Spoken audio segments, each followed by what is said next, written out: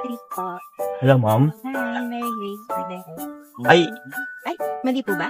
ano pong ano sa inyo, ma'am? Anong sakyan niyo po? Ha? A card ba? Hindi, anong mali po yata kayo, ma'am. Ano po ba yung ano nyo? Yung plate number po sa sakyan niyo, ma'am? Ay, sorry. Naku, hindi ba ako? Sorry. Teka. Ano po? Ano ba ito? Baka yung nasa likod. Ano po? Ay, sorry. NKH pala. Ano ba Ay, yung NH? mali, ma'am. Mali. Baka po sa likod, ma'am. Yeah. Gulat ako, ma'am, eh. Gulat ako. Nag-aabang pala ako ng booking.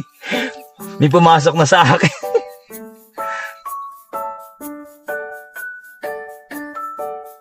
Ayun pala. So, mali.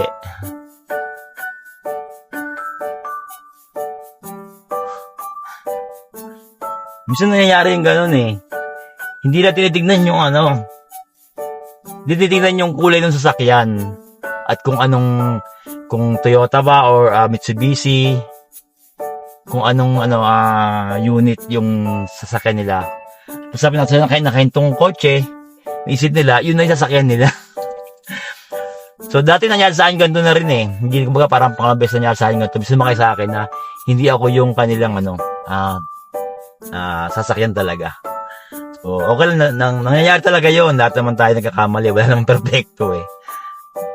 Siguro next time pag sa mga sasakay, check nyo rin po yung yung plate number, yung kulay, yung sasakyan nyo para sure po talaga kayo. Diba?